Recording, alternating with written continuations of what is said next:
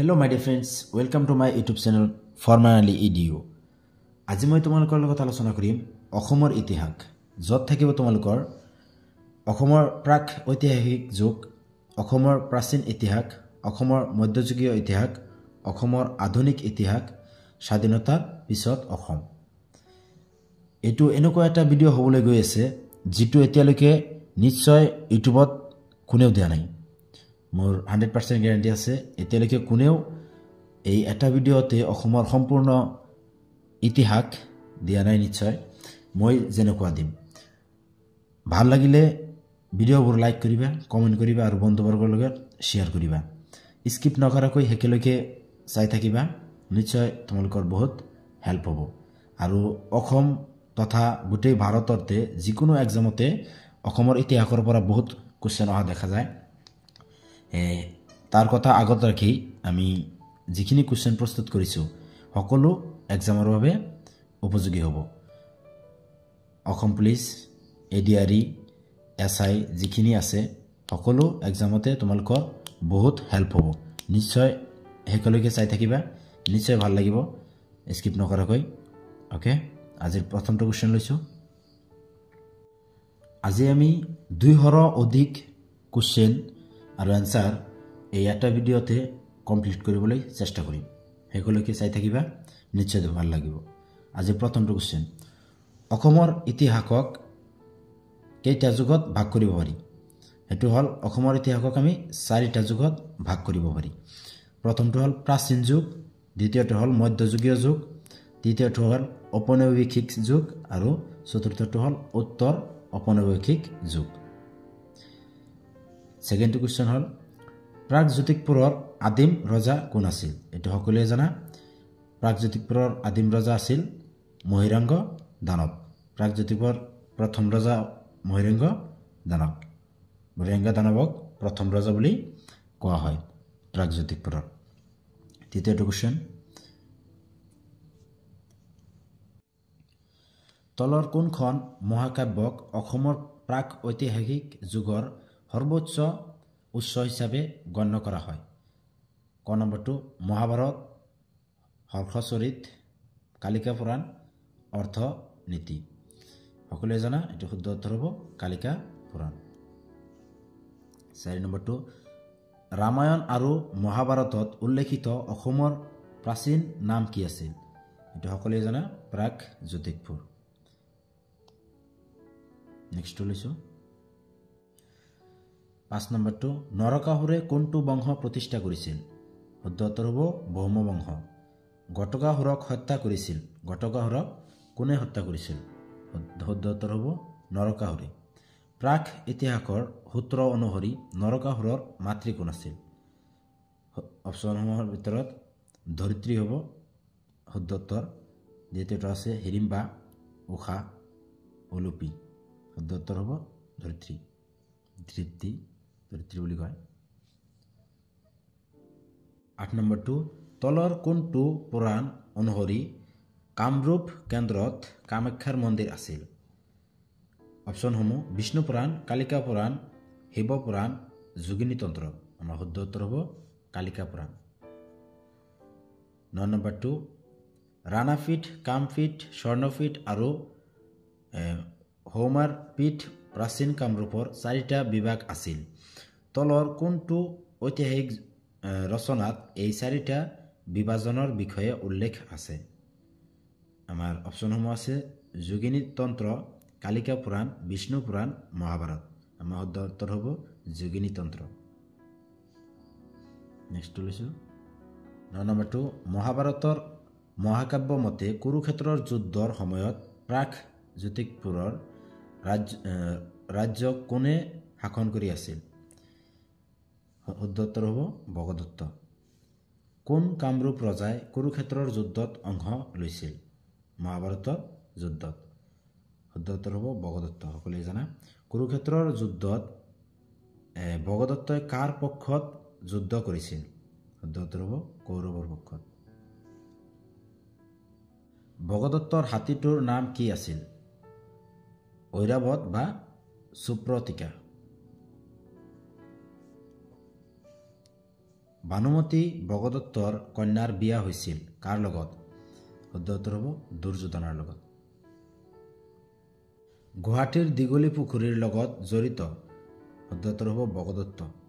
কুৰুক্ষেত্ৰ যুদ্ধত ভগদত্তক হত্যা কৰিছিল? শুদ্ধ উত্তৰ হ'ব অৰ্জুনে। প্ৰাচীন কালত বিদৰ্ভৰ ৰজা কোন আছিল? শুদ্ধ উত্তৰ হ'ব ভীষ্মক। ৰুক্মিণী ৰাজকুমাৰী আছিল। ৰুক্মিণী ক'ৰ ৰাজকুমাৰী আছিল? শুদ্ধ উত্তৰ হ'ব বিদৰ্ভৰ। ৰুক্মিণীৰ কাৰ কন্যা আছিল?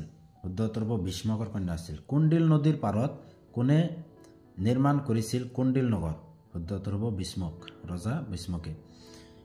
নৰকাসুৰৰ সেনাপতি মুৰাক কোনে হত্যা কৰিছিল? শুদ্ধ উত্তৰ হ'ব শ্ৰীকৃষ্ণই। শ্ৰীকৃষ্ণই সেনাপতি মুৰাক হত্যা কৰি মুৰাৰী উপাধি লৈছিল।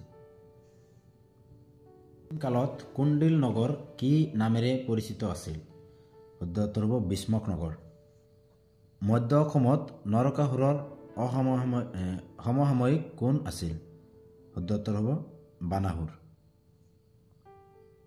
শ্ৰীকৃষ্ণ যেতিয়া নাতি অনিৰুদ্ধক উদ্ধাৰৰ বাবে আহিছিল তেতিয়া তলৰ কোন ৰজাই তেজপুৰত শাসন কৰি আছিল? বহুত ৰজা আছিল, তাৰ পৰা শুদ্ধ উত্তৰ হ'ব বান ৰজা। 24 নম্বৰ, কিংবদন্তি অনুসৰি শোণিতপুৰৰ শক্তিশালী অসুৰ ৰজা বানাহৰৰ আছিল। বানাহৰৰ কি আছিল? 1000 আৰ্মছ আছিল। আৰ্মছ অৰ্থাৎ বাহু বা অস্ত্ৰ। কোনে অনিৰুদ্ধক অলৌকিক শক্তিৰ যোগেদি দ্বাৰকাৰ পৰা অপহৰণ কৰি আনিছিল? শুদ্ধ উত্তৰ হ'ব চিত্ৰলেখা। অনিৰুদ্ধৰ নাতি আছিল শ্ৰীকৃষ্ণ। অসুৰ ৰজা বানৰ কন্যা উষা আৰু ৰাজকুমাৰ অনিৰুদ্ধৰ গোপন বিবাহক কি বুলি জনা যায়? শুদ্ধ উত্তৰ হ'ব গন্ধৰ্ব। শোণিতপুৰৰ ৰজা বানাসুৰৰ কাৰ এজন মহান ভক্ত আছিল? শুদ্ধ উত্তৰ হ'ব শিৱ।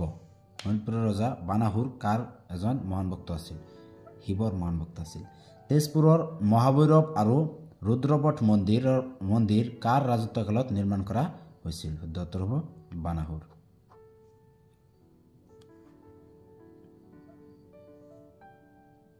মন্দিৰ কোনে নিৰ্মাণ কৰা বুলি ধাৰণা কৰা হৈছিল?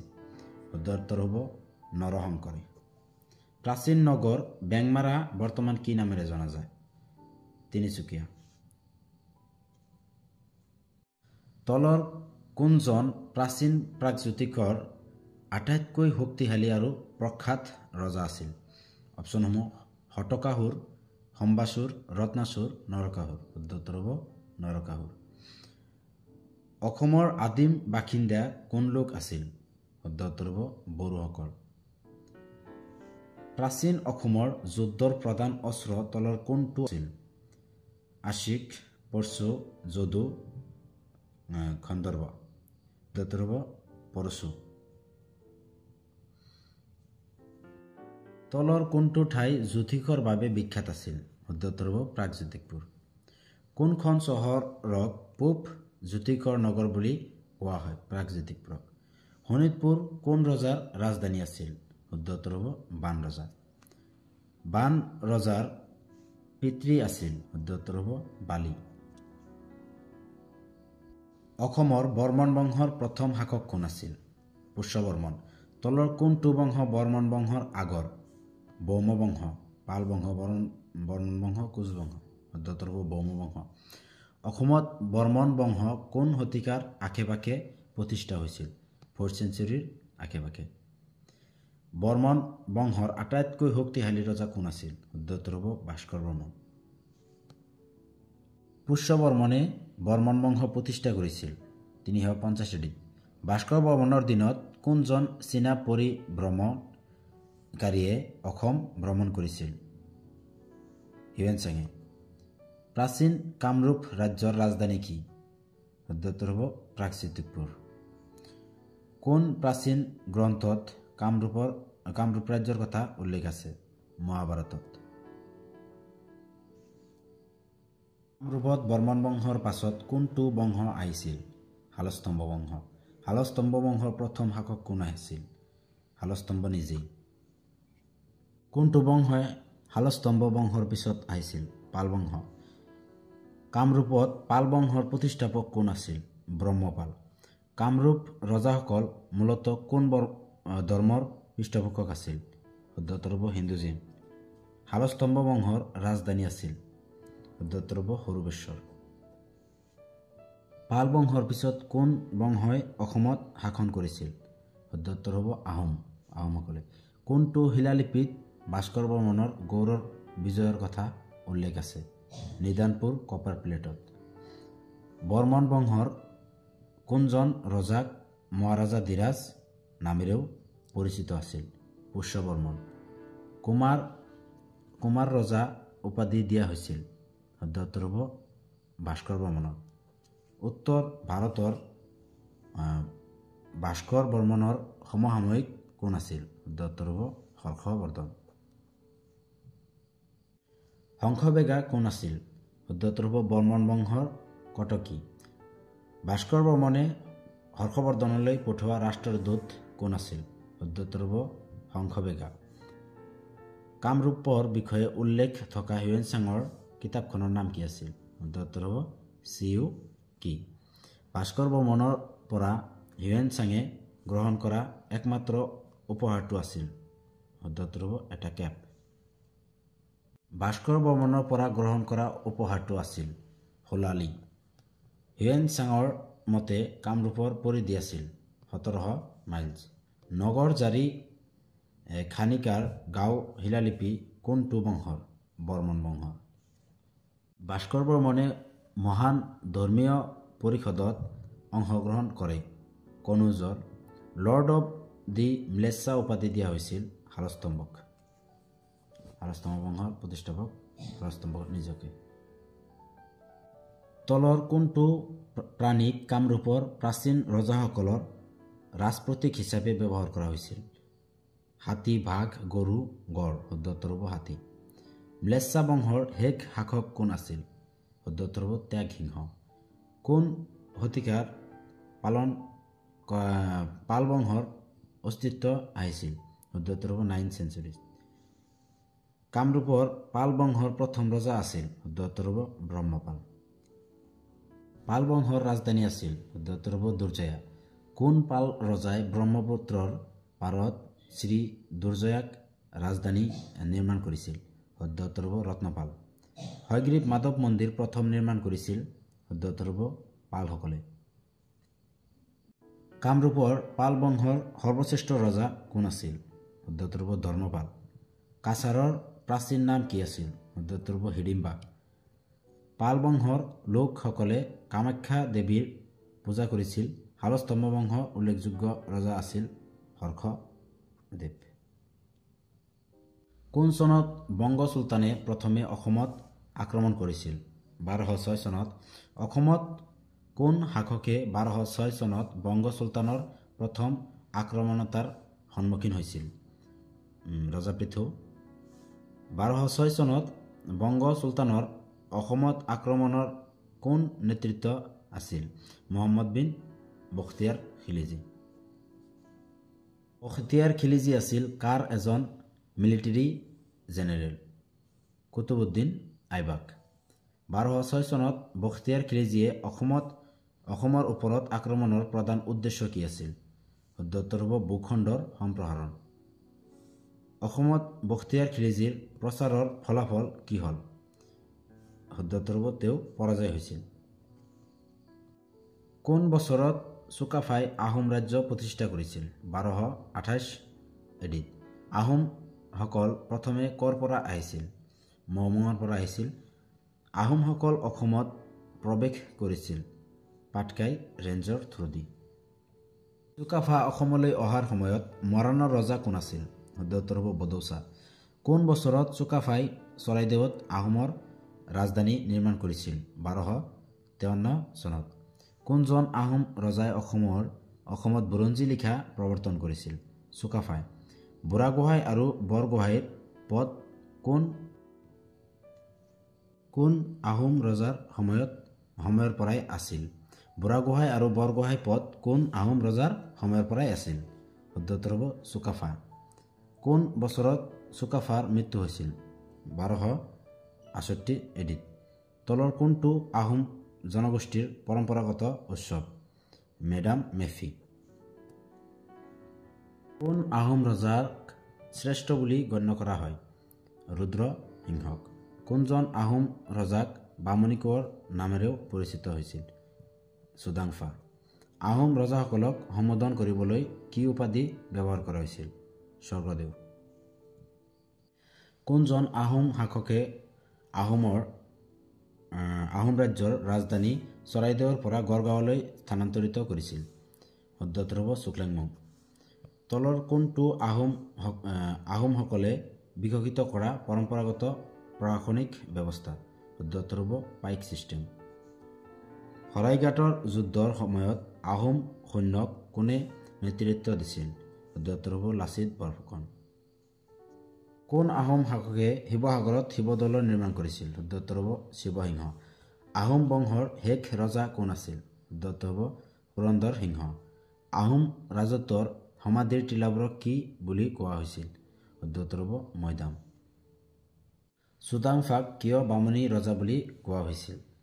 কাৰণ তেওঁ এটা ব্ৰাহ্মণ পৰিয়ালত ডাঙৰ দীঘল হৈছিল। শৰাইঘাটৰ যুদ্ধ 1671 চনত আহোম আৰু কোনজন মোগলৰ শাসনৰ মাজত হৈছিল? ঔৰংগজেব। আহোম ৰাজত্বকালত মোৱামৰীয়া বিদ্ৰোহ মূলতঃ কোনটো সম্প্ৰদায়ৰ নেতৃত্ব আছিল? শুদ্ধ উত্তৰ হ'ব মটক বা মাটক একে। দুটা সমতাৰ মাজত গিলাজাৰী ঘাট সন্ধি স্বাক্ষৰিত হৈছিল? আহোম আৰু মোগলৰ মাজত। কোন আহোম ৰজাই ৰাজধানী গড়গাঁৱৰ পৰা ৰংপুৰলৈ স্থানান্তৰিত কৰিছিল? শুদ্ধ উত্তৰ হ'ব ৰুদ্ৰসিংহ। 1226 চনত ইয়াণ্ডাবু সন্ধিৰ ফলত অসমত কোনখন ৰাজ্যৰ শাসনৰ অন্ত পৰিল? শুদ্ধ উত্তৰ হ'ব আহোম। লোকসকল কোন জনগোষ্ঠীৰ আছিল? শুদ্ধ উত্তৰ হ'ব টাই জনগোষ্ঠীৰ। অসমৰ আধুনিক ৰাজধানী ৰংপুৰৰ স্থানান্তৰিত কাক বুলি গণ্য কৰা হয়? শুদ্ধ উত্তৰ হ'ব ৰুদ্ৰসিংহ। কোচ বংশৰ প্ৰতিষ্ঠাপক কোন আছিল? শুদ্ধ উত্তৰ হ'ব বিশ্বসিংহ। হিন্দু ধৰ্ম গ্ৰহণ কৰা প্ৰথম আহোম ৰজা কোন আছিল? শুদ্ধ উত্তৰ হ'ব জয়ধ্বজ সিংহ। নাৰায়ণৰ দিনত কোচ ৰাজ্যৰ ৰাজধানী কি আছিল? শুদ্ধ উত্তৰ হ'ব কোচবিহাৰ। কোনজন মোগল শাসকে মিৰ্জুমলাক অসম আক্ৰমণ কৰিবলৈ পঠিয়াইছিল? শুদ্ধ উত্তৰ হ'ব ঔৰংগজেব। আহোম ৰাণীয়ে স্বামীৰ বাবে প্ৰাণ আহুতি দিছিল? সতী জয়মতী। অৱশেষত কোন বছৰত আহোম ৰাজ্য ব্ৰিটিছ ভাৰতৰ লগত সংযুক্ত হ'ল? 1826 চনত। খেন বংশৰ প্ৰতিষ্ঠাপক কোন আছিল? নীলধ্বজ। গিয়াছুদ্দিন আউলিয়াৰ সৈতে জড়িত পোৱা মক্কা অফ হাজো।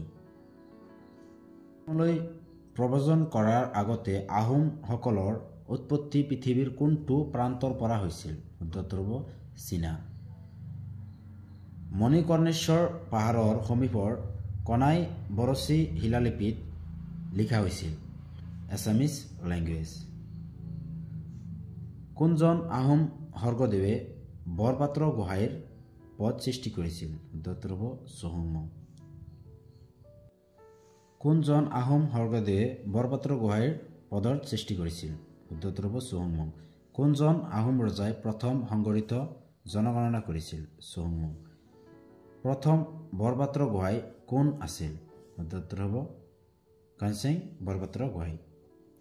কোনজন আহোম শাসকে প্ৰথমে কছাৰী ৰজাক থাপিতা আৰু সঞ্চিতা বুলি ৰূপান্তৰিত কৰিছিল? শুদ্ধ উত্তৰ হ'ব চুহুংমুং। শদিয়াখোৱা গোহাঁই আছিল এজন ফ্ৰণ্টিয়াৰ অফিচাৰ। কাৰ বিৰুদ্ধে যুদ্ধত আহোমসকলে প্ৰথমবাৰৰ বাবে বাৰুদ ব্যৱহাৰ কৰিছিল? শুদ্ধ উত্তৰ হ'ব তুৰ্বকৰ যুদ্ধত। খুৰা ৰজা নামেৰে পৰিচিত আহোম বংশৰ কোনজন ৰজা? শুদ্ধ উত্তৰ হ'ব চুকাফা। কোচ বংশৰ প্ৰথম ৰজা কোন আছিল? শুদ্ধ উত্তৰ হ'ব বিশ্বসিংহ। ৰজা বিশ্বসিংহৰ পিতৃ কোন আছিল? শুদ্ধ উত্তৰ হ'ব হৰিয়া মণ্ডল।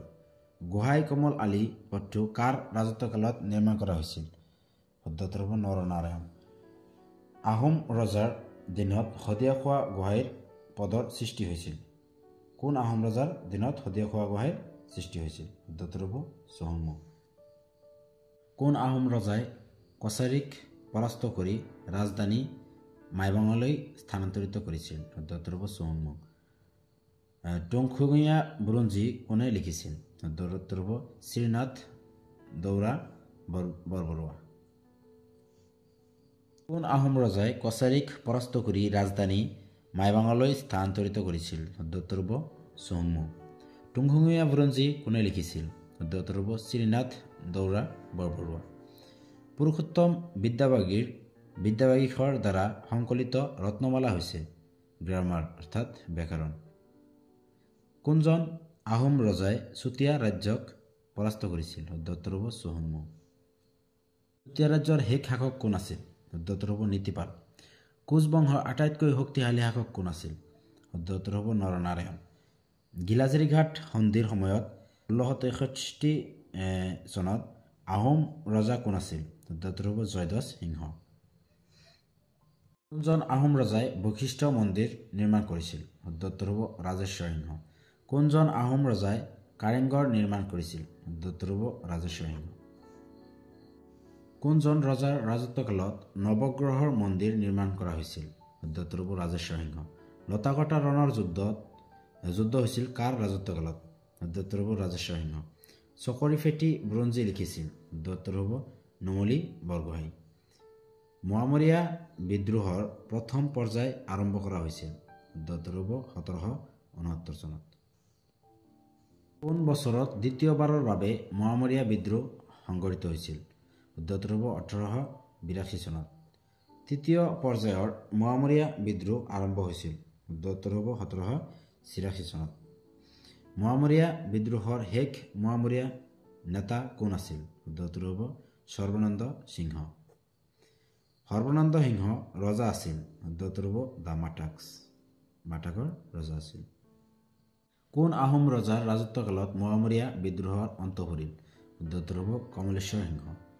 দ্বিতীয় বাৰ্মিজ আক্ৰমণ কোন বছৰত সংঘটিত হৈছিল? শুদ্ধটো হ'ব 1819 চনত। প্ৰথম হৈছিল 1817 চনত, দ্বিতীয় হ'ল 1819 আৰু তৃতীয় হ'ল 1821 চনত। আহোম যুগৰ সৰ্বশ্ৰেষ্ঠ কবি কোন বুলি গণ্য কৰা হয়? কবিৰাজ চক্ৰৱৰ্তী। আহোমৰ মুদ্ৰাৰ আকৃতি কেনে আছিল? অক্টাংগেল।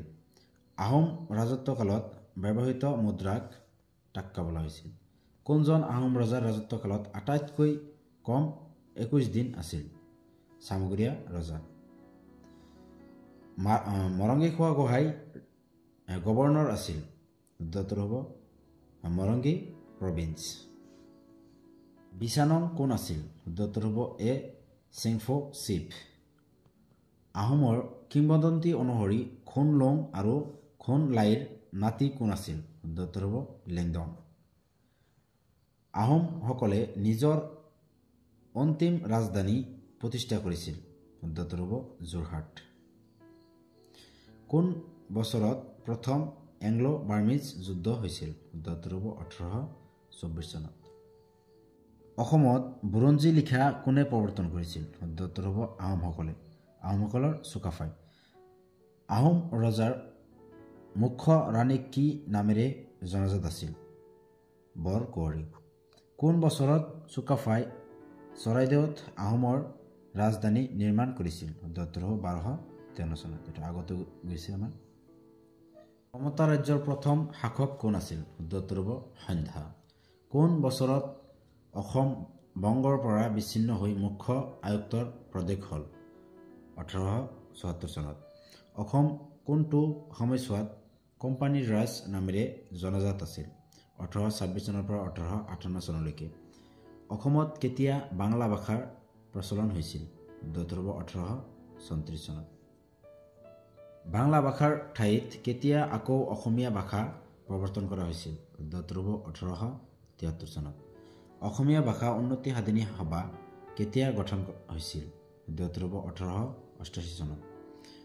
অসম ছাত্ৰ সন্মিলন মুখপত্ৰখনৰ নাম কি আছিল? শুদ্ধটো হ'ব মিলন। সদৌ অসম ৰায়ত সভা কেতিয়া প্ৰতিষ্ঠা হৈছিল? শুদ্ধটো হ'ব 1953 1933 চনত। জোনাকীৰ প্ৰথম সম্পাদক কোন আছিল? উত্তৰ হ'ব চন্দ্ৰ কুমাৰ আগৰৱালা। 1903 চনত অসম সংস্থা গঠন হৈছিল। উত্তৰ হ'ব মানিক চন্দ্ৰ বৰুৱা। অসম ছাত্ৰ সন্মিলন কেতিয়া গঠন হৈছিল? উত্তৰ হ'ব 1916 চনত। ফুলগুৰি ধাৱা কেতিয়া হৈছিল? উত্তৰ হ'ব 1861 চনত। আহোম সভাৰ প্ৰতিষ্ঠাপক কোন আছিল? উত্তৰ হ'ব পদ্মনাথ গোহাঁই বৰুৱা। কাৰ নেতৃত্বত 1884 চনত যোৰহাট সাৰ্বজনিক সভা গঠন কৰা হৈছিল? যোৰহাট সাৰ্বজনিক সভা জগন্নাথ বৰুৱা। মণিৰাম দেৱানৰ লগত ফাঁচি দিয়া হৈছিল? পিয়লি বৰুৱাক। কাৰ সভাপতিত্বত গুৱাহাটীত অসম ছাত্ৰ সন্মিলন প্ৰথম অধিৱেশন অনুষ্ঠিত হৈছিল? লক্ষ্মীনাথ বেজবৰুৱা। লক্ষ্মীনাথ বেজবৰুৱাৰ অধিৱেশন। কৌশল কোঁৱৰক কেতিয়া ফাঁচি দিয়া হৈছিল? উত্তৰ হ'ব 1943 চনত। সদৌ অসম ৰায়ত সভাৰ প্ৰথম অধিৱেশন অনুষ্ঠিত হৈছিল? উত্তৰ হ'ব তিলিকীয়ান যোৰহাটত। জ্ঞান প্ৰদয়নী সভা কোনে গঠন কৰিছিল? উত্তৰ হ'ব আনন্দৰাম ঢেকীয়াল ফুকন। হেমকোষ কোনে লিখিছিল? উত্তৰ হ'ব হেমচন্দ্ৰ বৰুৱা। 1857 চনত অসমত বিদ্ৰোহৰ নেতৃত্ব কোনে লৈছিল? উত্তৰ হ'ব মণিৰাম দেৱান। মহাত্মা গান্ধীয়ে প্ৰথমবাৰৰ বাবে অসম ভ্ৰমণ কৰিছিল? উত্তৰ হ'ব 1921 চনত। অসহযোগ আন্দোলনক কেতিয়া বন্ধ কৰা হৈছিল? উত্তৰ হ'ব 12 ফেব্ৰুৱাৰী 1922 চনত। চৌৰি চৌৰা কাণ্ড কেতিয়া সংঘটিত হৈছিল? উত্তৰ হ'ব 5 ফেব্ৰুৱাৰী 1922। জালিয়ানৱালাবাগ হত্যাকাণ্ড কোনে আদেশ দিছিল? জেনেৰেল ডায়াৰে।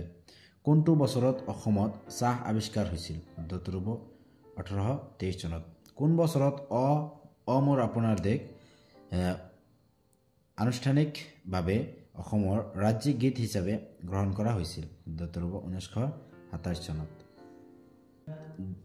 দাণ্ডি পদযাত্ৰাত অসমৰ পৰা তলৰ কোনে যোগদান কৰিছিল? উত্তৰ হ'ব লীলাধৰ বৰুৱা। অসমত চাহ গছ কোনে আৱিষ্কাৰ কৰিছিল? উত্তৰ হ'ব ৰবাৰ্ট ব্ৰুছে।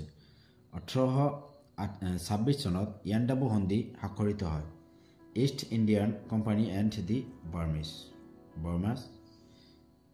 অসমৰ প্ৰথম ব্ৰিটিছ আয়ুক্ত কোন আছিল? উত্তৰ হ'ব ডেভিড স্কট। অসমত ব্ৰিটিছ শাসনৰ বিৰুদ্ধে প্ৰথম বিদ্ৰোহ কেতিয়া হৈছিল? উত্তৰ হ'ব 1828 চনত। অসম ছাত্ৰ সন্মিলনৰ প্ৰথম অধিৱেশন অনুষ্ঠিত হৈছিল গুৱাহাটীত। ব্ৰিটিছৰ বিৰুদ্ধে যুঁজ দিয়া প্ৰথম অসমীয়া কোন আছিল? উত্তৰ হ'ব গোমধৰ কোঁৱৰ। ইংৰাজৰ বিৰুদ্ধে যুদ্ধ ঘোষণা কৰা প্ৰথম খাচী মুখিয়ালজন কোন আছিল? উত্তৰ হ'ব তীৰত সিং। অসম চাহ কোম্পানী কেতিয়া প্ৰতিষ্ঠা হৈছিল? উত্তৰ হ'ব 1839 চনত। অসমৰ প্ৰথম চাহ কোম্পানী বুলি চাহ ৰোপণকাৰী বুলি কাক জনা যায়? উত্তৰ হ'ব মণিৰাম দেৱানক। ভাৰতৰ স্বাধীনতাৰ পিছত অসমৰ প্ৰথম মুখ্যমন্ত্ৰী কোন আছিল? উত্তৰ হ'ব গোপীনাথ বৰদলৈ। কোনে গোপীনাথ বৰদলৈক লোকপ্ৰিয় উপাধি প্ৰদান কৰিছিল? উত্তৰ হ'ব জয়ৰাম দাস দৌলতৰাম। বিখ্যাত অসম আন্দোলনৰ মূল লক্ষ্য আছিল? উত্তৰ হ'ব ফৰেনাৰ্ছ ইনফ্লাক্স। অসম সাহিত্য সভাৰ প্ৰথম সভাপতি কোন আছিল? উত্তৰ হ'ব পদ্মনাথ গোহাঁই বৰুৱা। অসম সাহিত্য সভাৰ মুখ্য কাৰ্যালয় অৱস্থিত? উত্তৰ হ'ব যোৰহাটত। অসম সাহিত্য সভা প্ৰতিষ্ঠা হৈছিল? উত্তৰ হ'ব 1917 চনত। অসম সাহিত্য সভাৰ প্ৰথমখন সন্মিলন ক'ত অনুষ্ঠিত হৈছিল? উত্তৰ হ'ব শিৱসাগৰ। ভাৰতীয় সংবিধানৰ খচৰা প্ৰস্তুত কৰাত কোনজন অসমীয়া নেতাই সক্ৰিয়ভাৱে অংশগ্ৰহণ কৰিছিল? উত্তৰ হ'ব গোপীনাথ বৰদলৈ। আলোচনী অৰুণোদয় প্ৰকাশ হৈছিল? উত্তৰ হ'ব 1846 চনত। মণিৰাম দেৱানক কেতিয়া ৰাজহুৱাভাৱে ফাঁচি দিয়া হৈছিল? উত্তৰ হ'ব 26 ফেব্ৰুৱাৰী 1858 চনত। ইংৰাজ শাসনৰ বিৰুদ্ধে অসমত প্ৰথম কৃষক বিদ্ৰোহ হৈছিল? উত্তৰ হ'ব ফুলগুৰি ধাৱা। ফুলগুৰি বিদ্ৰোহৰ সময়ত নিহত হোৱা ইংৰাজ বিষয়াজনৰ নাম কি আছিল? উত্তৰ হ'ব লেফটেনেণ্ট সিংগাৰ। কোন বছৰত অসমীয়া ভাষাৰ প্ৰথম অভিধান প্ৰকাশ হয়? 1866 চনত। কোনটো যুগক অসমীয়া ভাষাৰ অন্ধকাৰৰ যুগ বুলি কোৱা হয়? 1836 to 1873। পূৰ্ববংগ আৰু অসমৰ ৰাজধানী কি আছিল? উত্তৰ হ'ব ঢাকা। অসম সন্থাৰ প্ৰথম অধিৱেশন ক'ত অনুষ্ঠিত হৈছিল? উত্তৰ হ'ব ডিব্ৰুগড়। কোনটো ঔপনিৱেশিক অসমৰ প্ৰথম ৰাজনৈতিক সংঘ? উত্তৰ হ'ব সাৰ্বজনিক সভা অফ যোৰহাট। কোনজন ডিগবৈত তেল আৱিষ্কাৰ কৰিছিল? কোন চনত ডিগবৈত তেল আৱিষ্কাৰ হৈছিল? উত্তৰ হ'ব 1889 চনত 1889। 1861 চনত ব্ৰিটিছ শাসনৰ বিৰুদ্ধে বৃহৎ বিদ্ৰোহ ফুলগুৰি ধাৱাৰ নেতৃত্ব কোনে দিছিল? উত্তৰ হ'ব লালুং তিৱাই। অসম সংস্থা কেতিয়া গঠন হৈছিল? উত্তৰ হ'ব 1903 চনত। অসম সংস্থা 1903 চনত গঠন হৈছিল। কোন চনত অসম বিধান পৰিষদৰ প্ৰথম অধিৱেশন অনুষ্ঠিত হৈছিল? উত্তৰ হ'ব 1935 চনত। ঔপনিৱেশিক কালত অসমীয়া ভাষাৰ প্ৰসাৰৰ ক্ষেত্ৰত কোন উল্লেখযোগ্য ভূমিকা পালন কৰিছিল? উত্তৰ হ'ব আনন্দৰাম ঢেকিয়াল ফুকন। আধুনিক অসমৰ স্ফটিকাৰ বুলি কোনে কাক জনা যায়? উত্তৰ হ'ব ৰুদ্ৰ গোবিন্দ্ৰ বৰাক। অসমীয়াত প্ৰথম প্ৰকাশিত আলোচনীখন আছিল? উত্তৰ হ'ব অৰুণোদয়। কোন চনত অসম চুক্তি স্বাক্ষৰিত হৈছিল? উত্তৰ হ'ব 1985 চনত। দ্বিতীয় বিশ্বযুদ্ধত অসমৰ ভূমিকা কি আছিল? উত্তৰ হ'ব ছাপ্লাই ৰোড ফৰ ব্ৰিটিছ ট্ৰপছ। অসমীয়া জনসাধাৰণৰ অধিকাৰ সংৰক্ষিত কৰিবলৈ তলত দিয়া কোনটো সংগঠন গঠন কৰা হৈছিল? উত্তৰ হ'ব আসাম সাহিত্য সভা, আসাম টি এছ'চিয়েশ্যন। উত্তৰ হ'ব অল আসাম ষ্টুডেণ্ট ইউনিয়ন। 1930 চনত অসমত ছাইমন কমিশ্যনৰ প্ৰতিবাদত কোনটো আন্দোলন আৰম্ভ হৈছিল? আইন অমান্য আন্দোলন। স্বাধীনতাৰ পিছত কোন বছৰত অসমখন সুকীয়া ৰাজ্য হৈ পৰিল? উত্তৰ হ'ব 1950 চনত। স্বাধীনতাৰ পিছত অসমৰ প্ৰথম মুখ্যমন্ত্ৰী কোন আছিল? উত্তৰ হ'ব গোপীনাথ বৰদলৈ। গুৱাহাটী বিশ্ববিদ্যালয় প্ৰতিষ্ঠা হৈছিল? উত্তৰ হ'ব 1948 চনত। 1963 চনত অসমৰ পুনৰ্গঠনৰ ফলত কোনখন ৰাজ্য গঠন হৈছিল? উত্তৰ নাগালেণ্ড। অসম চুক্তিৰ বাবে কোনটো শোধনাগাৰৰ স্থাপন কৰা হৈছিল? উত্তৰ হ'ব নুমলীগড়। ভাৰতীয় প্ৰযুক্তি প্ৰতিষ্ঠান IIT গুৱাহাটীত কোন চনত প্ৰতিষ্ঠা কৰা হৈছিল? উত্তৰ হ'ব 1994। কোনজন নেতা অসম আন্দোলনৰ বিশিষ্ট ব্যক্তি আছিল আৰু পিছলৈ অসমৰ মুখ্যমন্ত্ৰী হৈছিল? উত্তৰ হ'ব প্ৰফুল্ল কুমাৰ মহন্ত। কোন বছৰত অসমৰ ৰাজধানী শিলচৰৰ পৰা দিছপুৰলৈ স্থানান্তৰ কৰা হৈছিল?